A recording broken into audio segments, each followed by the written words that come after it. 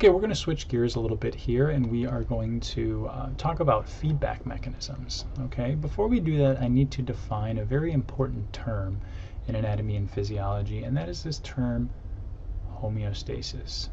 So homeostasis is essentially the ability to achieve and maintain a stable or a healthy internal balance within the body despite changes in the system. So for example, if it gets too warm outside or you eat too much salt at lunch, you need to be able to cool down if it's too warm outside, and you need to be able to get rid of the excess salt in your body in order to maintain a healthy internal environment. So this idea of being able to achieve a balance despite changing environments that you find yourself in. When we're unable to do this, disease process results when homeostasis is altered.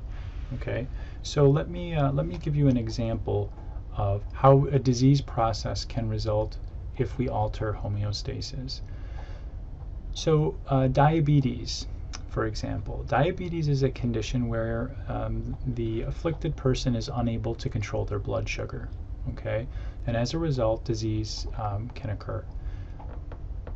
What type of disease processes can occur? Well, things like stroke or heart attacks or kidney problems, all those things can result from not being able to control your blood sugar. Okay, and someone who's healthy, who's able to control their blood sugar, if they have a meal that has a lot of sugar in it, and they're able to regulate that blood sugar so it doesn't get too high, that person is able to achieve and maintain homeostasis, whereas the person with diabetes is unable to do so. So how do we accomplish homeostasis? Well, we use two of the 11 organ systems to do it, and those organ systems are the nervous and the endocrine systems. If you remember from a couple of slides back, both of these systems are systems of communication. Okay, both of these systems are going to use chemicals in order to communicate with other cells. So endocrine cells are going to use chemicals to tell other cells what to do, essentially, and nervous system cells are going to do the same thing. They're going to use chemicals to tell other cells what to do. Okay, the chemicals that the endocrine system is going to use are called hormones, and the chemicals that the nervous system is going to use are called neurotransmitters. And you may have heard of neurotransmitters before. Essentially what they're doing is they are regulating this concept of homeostasis. So if our body gets too out of whack in one direction or another, we can use neurotransmitters, or we can use hormones to bring the body back into a stable balance. There are three components to a feedback mechanism, which we're going to talk about in some detail on the next slide, that are important. So these three pieces that allow us to achieve and maintain homeostasis with feedback mechanisms, which we're going to talk about on the next slide. The first one is a receptor. So a receptor detects that a change must be made. Okay, and on the next slide I'm going to give you some examples of a receptor and how a receptor can detect that a change must be made. A control center. So a control center is going to do a couple of different things for us. The first thing that a control center is going to do, it's the second piece of the feedback loop, what a control center is going to do is it is going to determine the healthy set point. Okay, so what is a healthy blood sugar level? What is a healthy level of sodium in the blood or potassium in the blood? The control center is going to determine that. What the control center is also going to do is the control center, so I'm going to put an A here next to determine healthy set point, and I'll put a B below it. This is the second thing that the control center is going to do. It is going to also enforce a change or enact a change. Okay, take steps to make a change. And then finally, we have the third piece of the puzzle, a feedback loop, and that is an effector. And what the effector is going to do is it is going to carry out the change.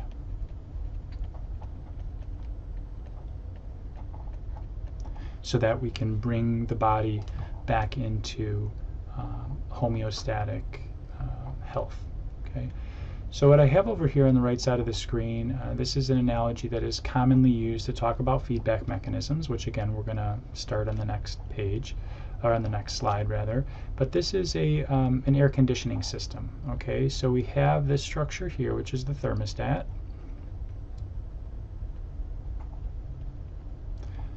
Okay, we have a structure that's part of the thermostat, which I'm going to put an arrow point to, and this is a sensor. Okay, and then finally we have this structure here, which is the AC unit. Okay, so these are three pieces, and we have three pieces that are part of a feedback loop. Well, which is which? Okay, the thermostat is going to be our control center. The sensor is going to be our receptor. And finally, the AC unit, this is going to actually carry out the change and change the temperature of the room. This is going to be our effector. Okay, so when we have the thermostat set to a particular temperature, so in this case it's 70 degrees, we have the thermostat set to 70 degrees, and if it starts to get too warm in the room, what happens? Well, we know that the air conditioning unit kicks on. Well, before that happens, there's a sensor that has to detect that it's gotten too warm, okay? And on this slide, our sensor is kind of this orange circle that's going to detect that it's gotten too warm. And the sensor is going to communicate that it's gotten too warm to the control center, which is the thermostat. And the thermostat is going to talk to, essentially, the AC unit and tell the AC unit to turn on. The AC unit turns on, and the room, which has gotten too warm, it's maybe at 71 degrees or so, the room starts to cool off. And the whole time the room is cooling off, the sensor is detecting what the room temperature is, and once it gets back to 70, what happens? The air conditioning unit shuts off. So this is a very basic example of how a feedback mechanism works. On the next slide, we're going to talk in a little bit more detail about a feedback mechanism and some feedback mechanisms as they pertain to regulating our own internal homeostasis. Okay, so what we're going to do now is we are going to talk about a couple of different feedback mechanisms that we use to achieve and maintain homeostasis. Okay, so remember, homeostasis is that internal balance we're able to achieve and maintain when we're healthy, despite an ever-changing world, be it too hot or too cold outside, or internal chemistry of our body changes. We're able to maintain a baseline. Okay, so I'm going to put a couple of stars here next to negative feedback. This is one of the two feedback mechanisms, or feedback loops you might hear people mention, that we use. And this feedback mechanism, the reason why I put those stars there is because this feedback mechanism is the most common feedback mechanism that we use. Okay, 99% of our feedback mechanisms are negative. Right? This is how we achieve and maintain homeostasis. So what is a negative feedback mechanism? What I mentioned on the last slide was essentially a negative feedback mechanism. Okay, and that is, we talked about an AC unit and how the AC unit, when the room gets too warm, can cause the room temperature to come back down to baseline, right, which was 70 degrees in our example, and then the AC unit slows down or it shuts off. Okay, and that's exactly what a negative feedback mechanism does. Action taken by the effector, and remember the effector in our case on the last slide was the AC unit, right? So action taken by the AC unit is going to slow down or stop the original response to the stimulus. So the original response, right, was noticed by the sensor on the thermostat. The thermostat told the AC unit to kick on. Eventually the room temperature became normal, and the AC unit shut off. So it's a perfect example of a negative feedback mechanism. What we're going to do here is we're going to apply that concept to a real life physiologic process. Okay, so we have our 3 component pieces for a feedback mechanism, which I mentioned on the last slide, and that is a receptor, a control center, and an effector. Okay, so what does the receptor do? Well, we know that the receptor detects that a change must be made.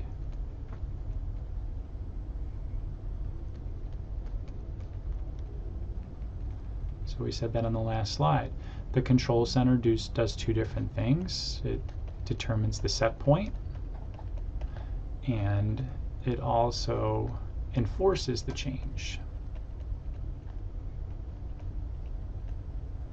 Okay, and then the effector, what does the effector do? The effector carries out the change.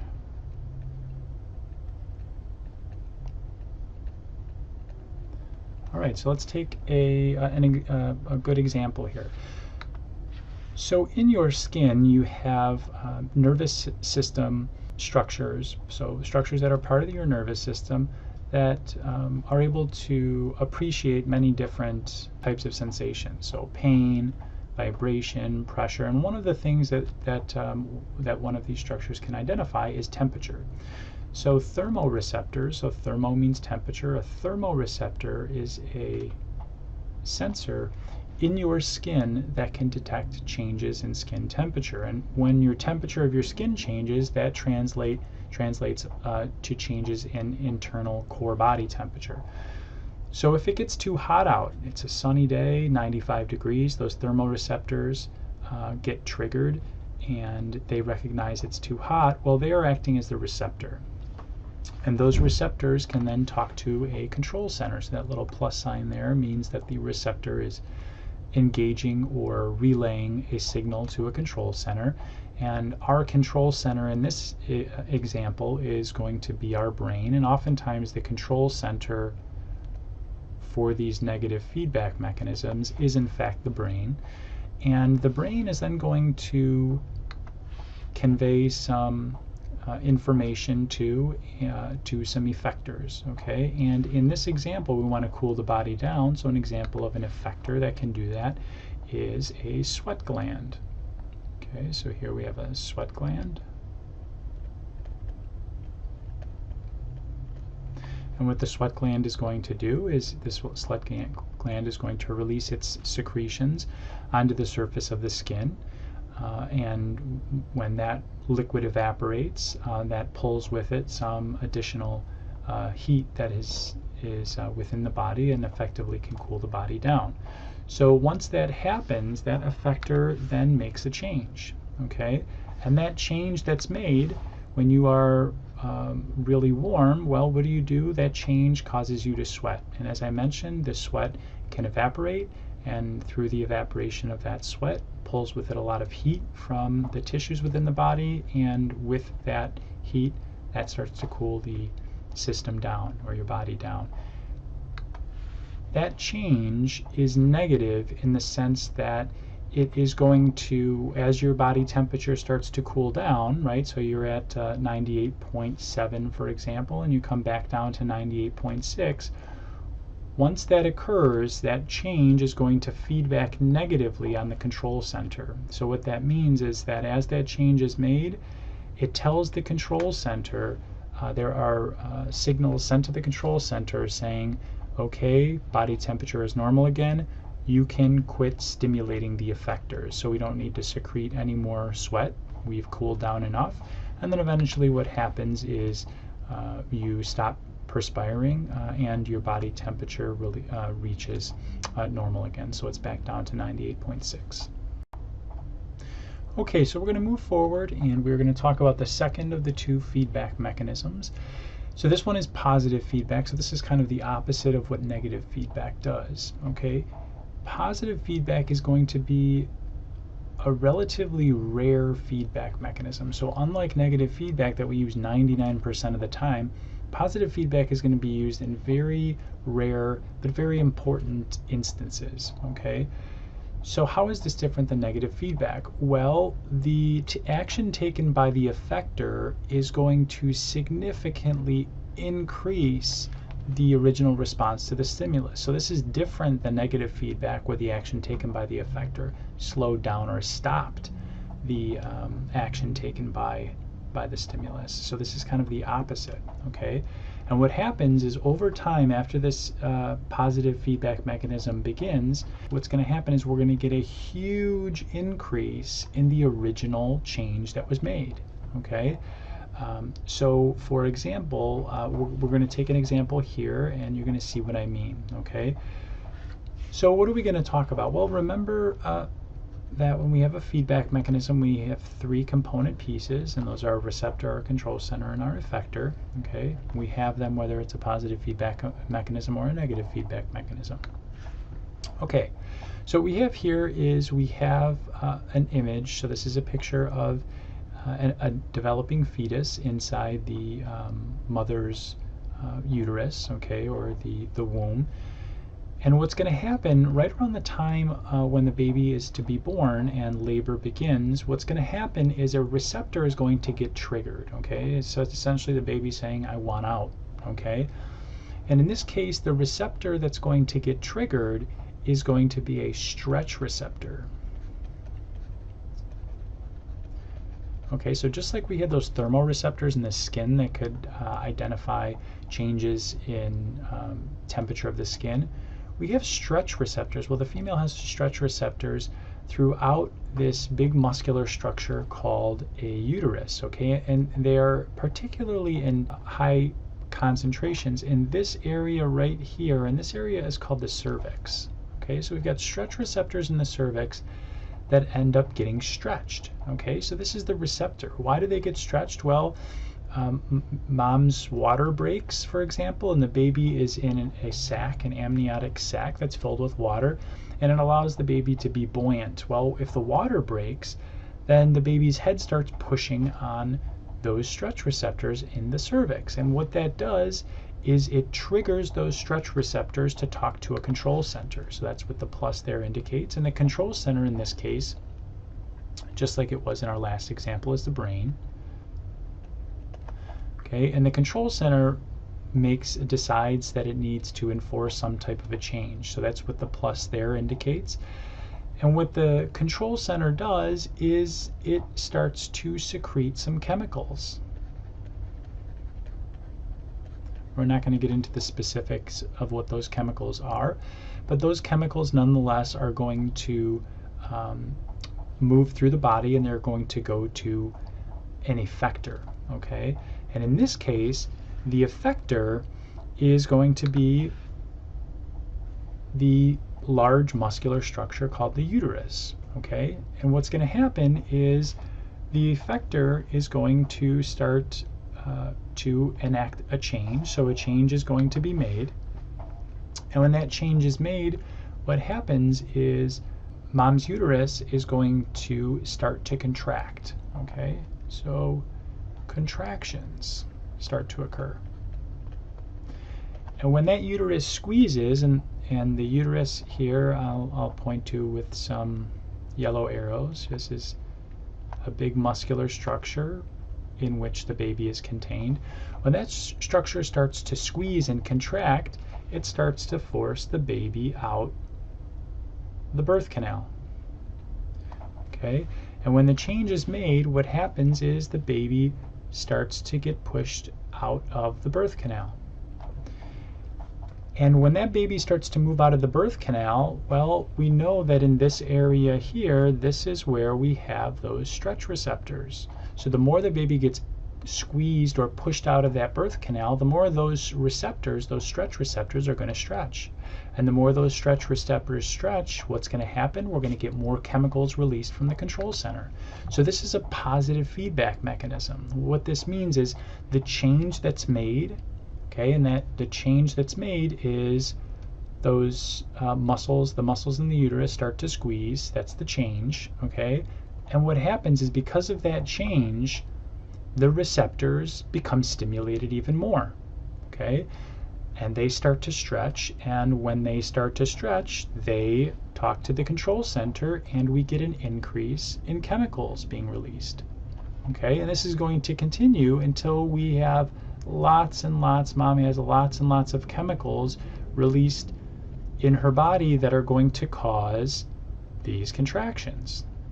And the more contractions we get, the more the baby moves out of the birth canal. The more the baby moves out of the birth canal, the more receptors get stretched and the more chemicals we get. And this process is going to continue until the baby is born. And this can go on for several hours. So labor is a quite intensive process, and for any females in the class who have given birth, you can attest to the fact that over time those contractions get stronger and stronger and stronger.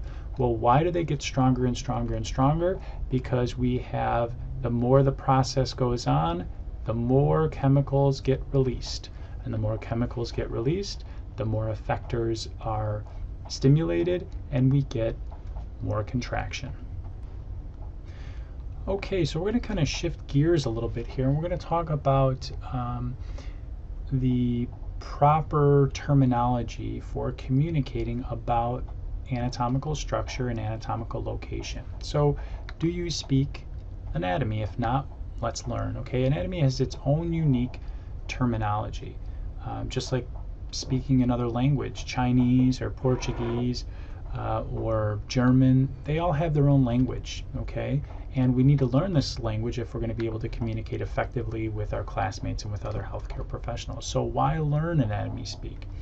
Well, it's important that we learn this so we can all kind of have a standard frame of reference from which we can talk about anatomy. Okay, and when we do this, when we study an anatomical structure, we study the human organism, we do so from a position called anatomical position. Okay, so this is a standard body position that we use when studying anatomy. And this goes for whether or not you're talking about a patient who might be in the hospital and curled up in a ball in pain, maybe from pancreatitis or from gallstones. And when we talk about their anatomy, it's always in reference to anatomical position. Okay, so what is anatomical position? It's a reference point. Okay, and what that reference point says is that the human organism in this reference point has his or her eyes, feet, and palms. They all face in a forward direction. Okay, so we can see over here that this woman's eyes are facing in a forward direction, her feet are facing in a forward direction, and her palms are facing in a forward direction. Okay, so this view here is a view from the front. And this is what the view would look like over here from the back. Okay, so this is anatomical position, an extremely important reference point that we should become familiar with when discussing anatomical structure.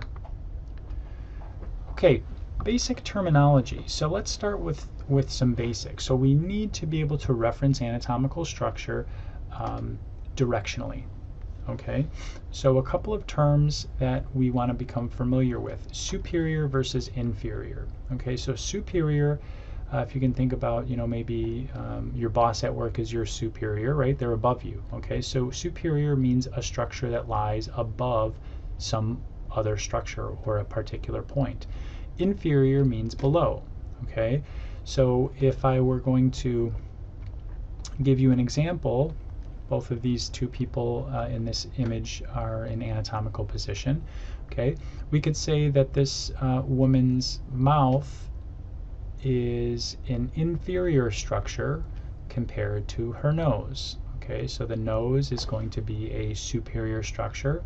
The mouth is going to be an inferior structure. Okay, anterior versus posterior. A couple more terms we're going to need to become familiar with. So anterior, if we say anterior, ventral means the same thing, and posterior, dorsal, means the same thing. So I'm going to expect you to be familiar with both of those terms. And anterior means toward the front. Okay, so we can see in this image here of this gentleman. Anterior means towards the front of his body, and posterior or dorsal means toward the back. Okay, so an example would be this gentleman's nose is an anterior structure, right? It's towards the front of his body, whereas his heel is a posterior structure, okay, or a dorsal structure. Okay, medial versus lateral. So medial means toward the midline and lateral means away from the midline. Well, where is the midline exactly? Okay, the midline is, if we were to divide the human organism or a structure right down the middle, okay, that's midline. And anything that we see that is closer to that midline, so anything lying close to this midline is going to be medial, and this close, as we get closer, that's more medial. As we get further away from that midline, that's going to be more lateral. Okay, so an example of a medial structure in this image here would be this woman's belly button. So her belly button, this is a medial structure. Okay, what about a lateral structure? Well, a lateral structure might be this woman's shoulder or this woman's hip, for an example. Okay, so the hip would be a lateral structure. The belly button would be a medial structure. Proximal versus distal. Okay, when we talk about proximal and distal, we are generally talking about the upper or the lower limbs. Okay, the upper, so the arms or the legs. And when we use the term proximal, that means closer to the point of origin, and distal means further away from the point of origin. Okay, so what's the point of origin on this gentleman's arm? So the point of origin, where his arm attaches to his upper body, is his shoulder. So that's the point of origin. Okay, a proximal structure is going to be a structure that is close to this point of origin or closer to that point of origin. So this is going to be proximal. And if we get further away from that point of origin, this is going to be distal. Okay, so for example, this gentleman's elbow is a proximal structure compared to his wrist. Okay, if we wanted to move a little further up, we could say that this gentleman's shoulder is a proximal structure compared to his elbow. Okay, so the closer we get to the point of origin, the more proximal we're becoming. What about superficial and deep? Well, this one's pretty easy. I think superficial, everybody knows, means closer to the surface, and deep means further away, right? So an example might be your skin is a very superficial structure, okay, whereas your bones are deeper structures compared to your skin. So that's pretty easy to understand. How about ipsilateral versus contralateral? So these might not be terms that you're familiar with, but we need to become familiar with them. So ipsilateral means on the same side of the body. Contralateral means on the opposite side of the body. When we're talking about side of the body, well, we can draw a line down the middle of the anatomical structure we're studying, and we can say, well, what's on one side versus another side. Okay, this woman's right hand, for example, and her right foot, they are both ipsilateral structures. Okay, whereas this woman's left shoulder and her right shoulder, these two are contralateral structures. Okay, so they're on opposite sides of the body. So remember that the right side, it's always a mirror image, right? So since we're studying the image of this woman, this is going to be the right, because this is her right, this is her right side, and this is her left. Okay. Okay, so on this slide here, I'm not going to spend much time talking about this slide.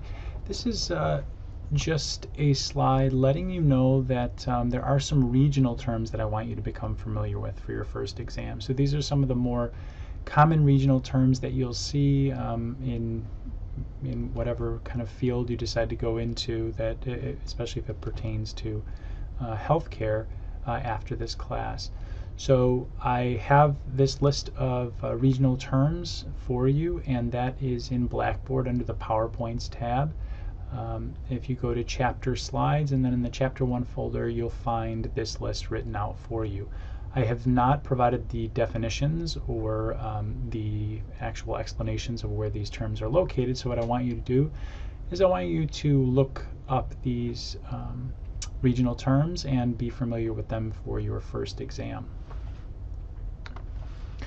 Okay, a little more important terminology. So it's important that you become very familiar with this and you have a good grasp on this terminology, because we're going to apply this terminology when we talk about all different types of organ systems. Okay, when we talk about the skeletal system or the muscular system, we're going to apply this terminology. So let's talk about anatomical planes. Okay, so not the kind that we fly in, right? Anatomical planes are essentially cuts through an anatomical structure that we can use to study the anatomy further. Okay, so a mid-sagittal or a median plane.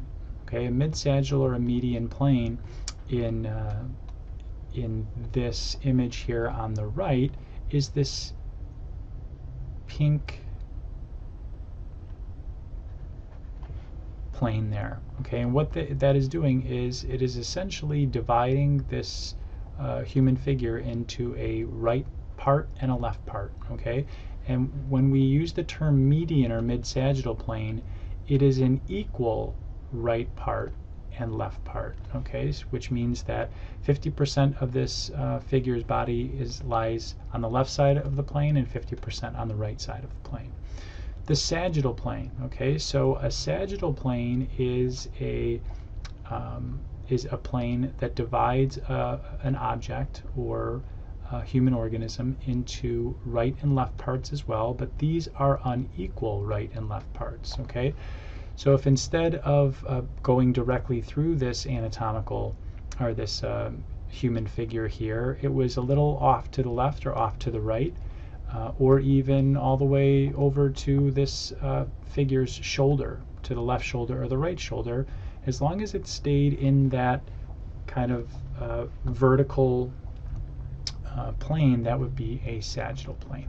Okay, what about coronal plane? So think of the crown of your head, which is this part of your head here. Okay, and that plane is going to divide a structure or the human organism into an anterior and a posterior piece. So remember, anterior means towards the front and posterior means towards the back.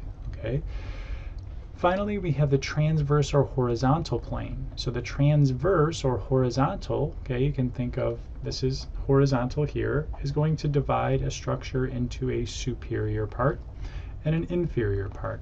So the horizontal plane is going to be this yellow one here.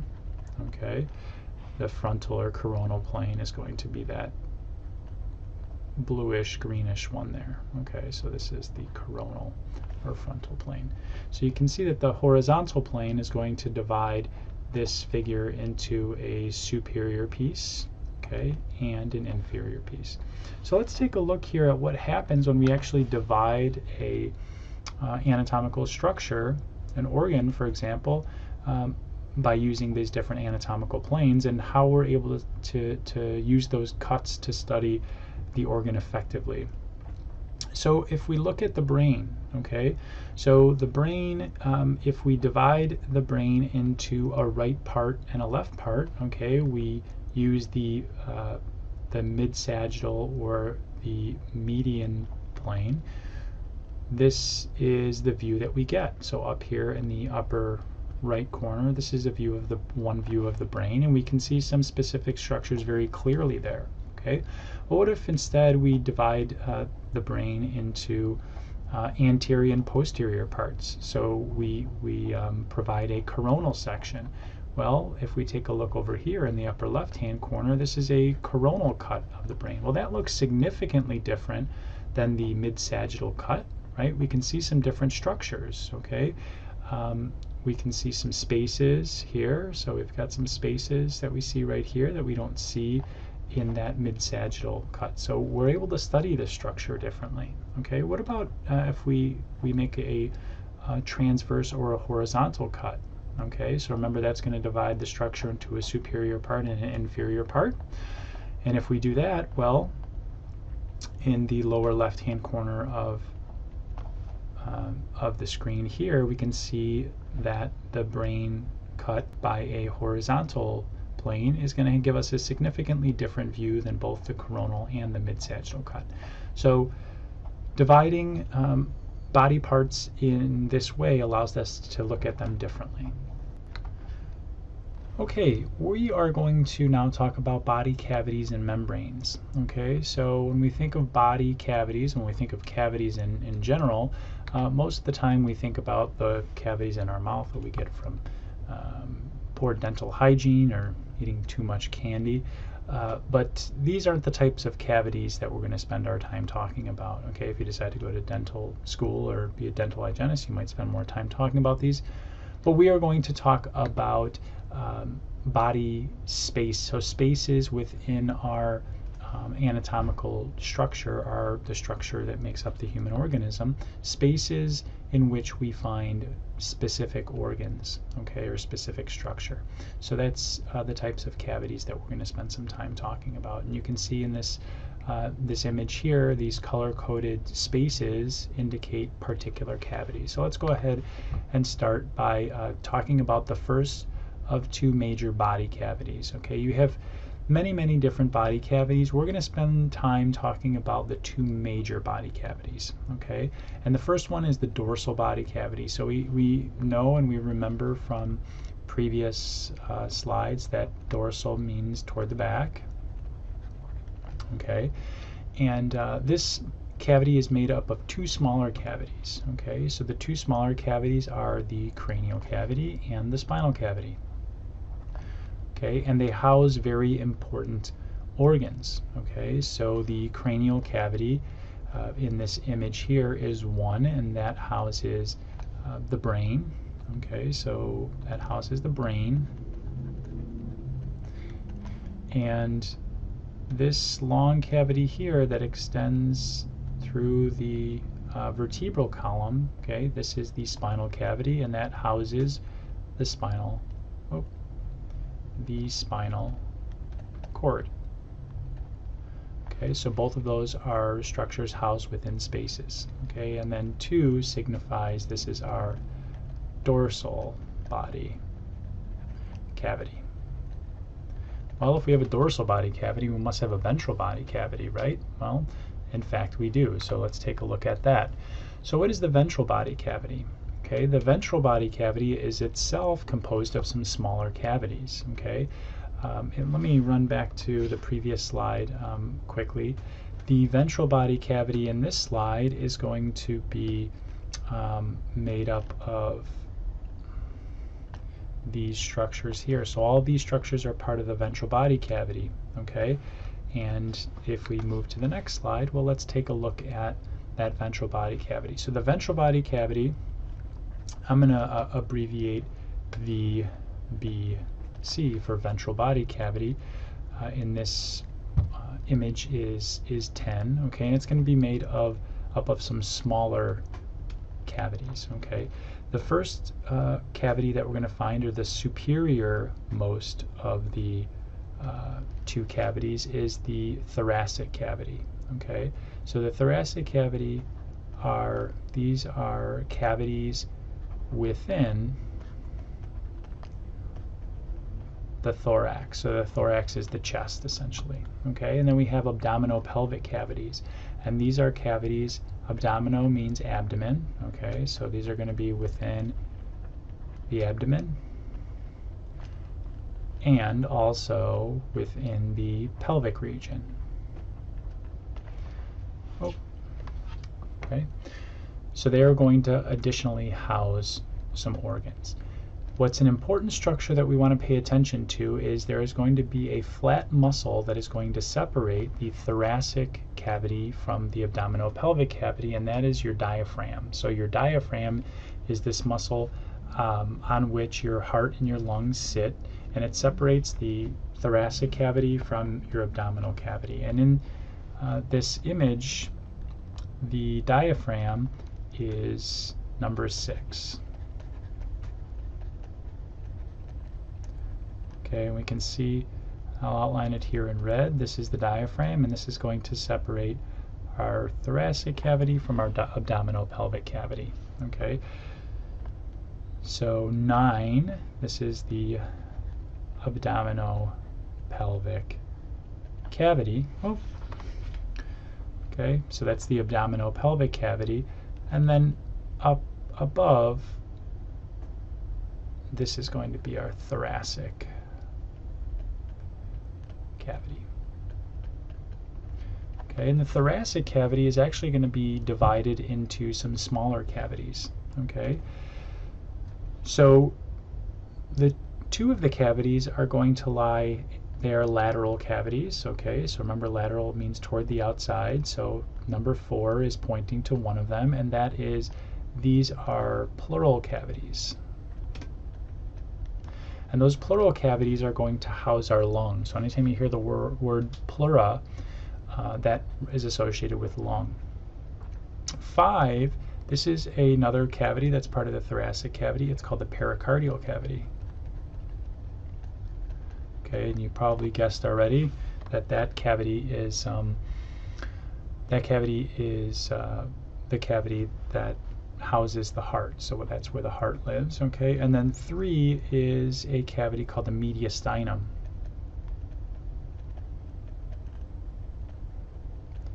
And the mediastinum is a space that houses the windpipe, or your trachea, your esophagus, some of the large vessels of the heart. Okay, if we move below the diaphragm, so now we're moving into the abdominopelvic cavity, this is made up of 2 different cavities. So we have the abdominal cavity, and in the abdominal cavity we have many different abdominal organs, so things like your stomach, your small and large intestine, your liver, your pancreas, your gallbladder. Okay, you get the idea. So many different organs in the abdominal cavity. And then finally, number 8 is the pelvic cavity.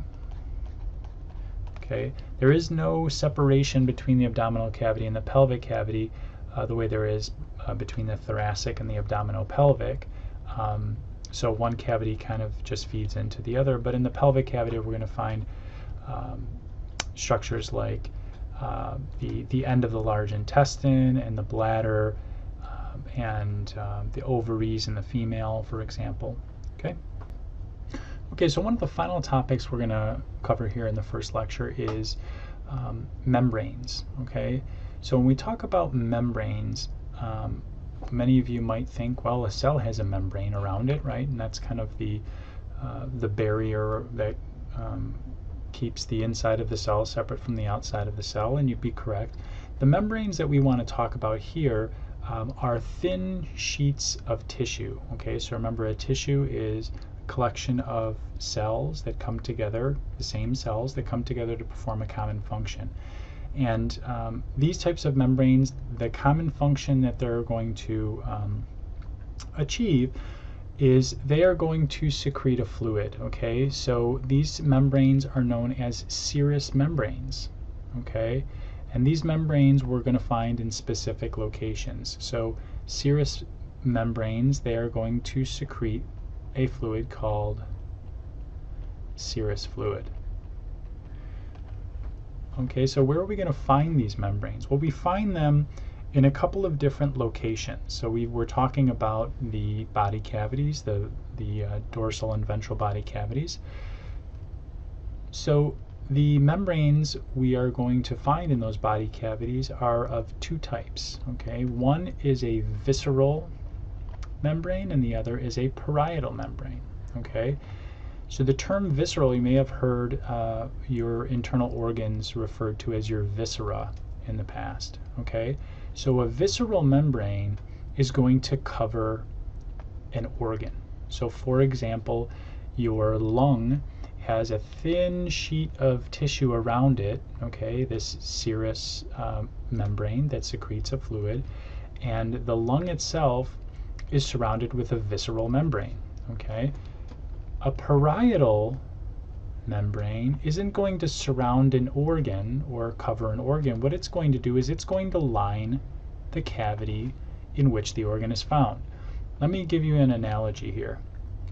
Let's assume that we were giving someone a gift, okay, for Christmas, and we took a box, okay, and in this example here, we took a box, okay, and the box is going to be the cavity.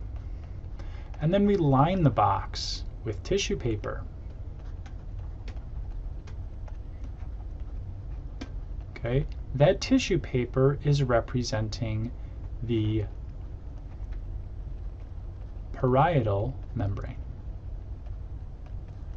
Okay, and now let's say that we took a gift and we wrapped that gift, and the gift is the organ, and we wrap that gift in some more tissue paper.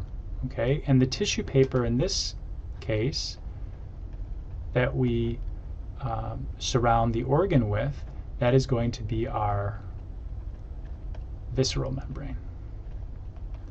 Okay, and then we take the gift, the wrapped gift, and we put it in the box. And essentially what we have is we have a space that's lined with a membrane, and in that space we have an organ that is also covered with a membrane. Okay, and both of those two of the membranes are going to secrete a fluid, and this fluid is called serous fluid. And what that fluid does is it lubricates the interface between the wall of the cavity and the outside of the organ. And so the organ can move around within the body cavity, it's well lubricated so that there isn't any irritation. When you think about it, let's take your lungs for example. Okay, and your lungs, as I mentioned, your lungs live in a space, and that's called the pleural cavity.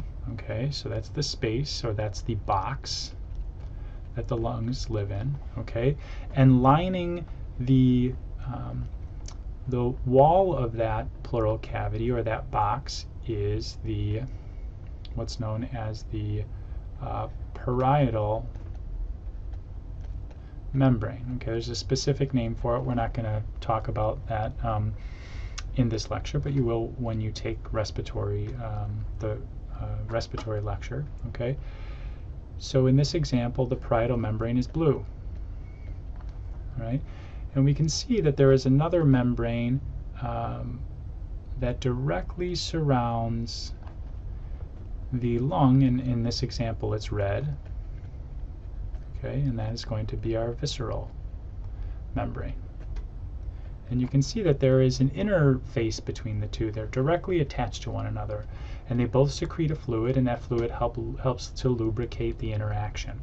Well, what happens if there is an insufficient amount of fluid produced, or there is an overabundance of fluid produced? Well, if there's an overabundance of fluid produced, we can get too much fluid in the space, and that can decrease the ability of the lung to expand. What if we don't get enough fluid produced? Well, what can happen is we can start to irritate those tissues, and when we irritate those tissues, so we can see here's a normal membrane, a normal parietal membrane. Well, what if that membrane becomes inflamed? It starts to give us difficulty breathing. We have pain with breathing, and we get an irritation existing in the interface between those two membranes. Okay, so that's an introduction to membranes, okay, as they pertain to the ventral or dorsal body cavities. Finally, the last slide I want to mention, I want to talk about here in this first lecture is the abdominopelvic quadrant. So these are pretty easy to understand. So remember, abdominopelvic means we're only dealing with structures below the diaphragm. Okay, so this is the diaphragm here. And this abdominopelvic area is divided into 4 quadrants. So this is the right upper quadrant here, and we can see in the right upper quadrant, okay, we have abdominal organs like the liver, so this big brown structure here. We have the gallbladder, this green structure here. Okay, we have part of the stomach, okay, part of the large intestine. Okay, The left upper quadrant, okay, so left upper quadrant, we have most of the stomach, so I'll make a big S there, okay, so we have more intestine, right?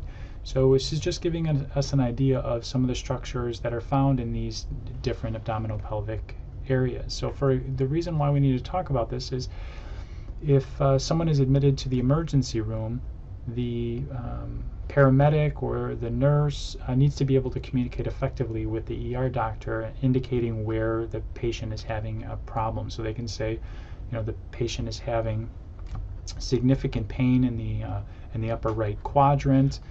There's vomiting, there's nausea. Okay, so they might think, well, that maybe there's a liver problem, or there may be a problem with the gallbladder. Okay, all right. So moving on, left lower quadrant. Okay, so the left lower quadrant, we can see there's lots of intestine here. All right. We also see in the left lower quadrant we have part of the bladder, okay, which is down here. If we move to the right lower quadrant, again, more intestine, okay. So lots of intestine here, also part of the bladder. Okay. So this is just going to give you an idea of what we find in specific abdominopelvic quadrants. So that's going to do it for us for our first lecture here. I'll see you guys soon.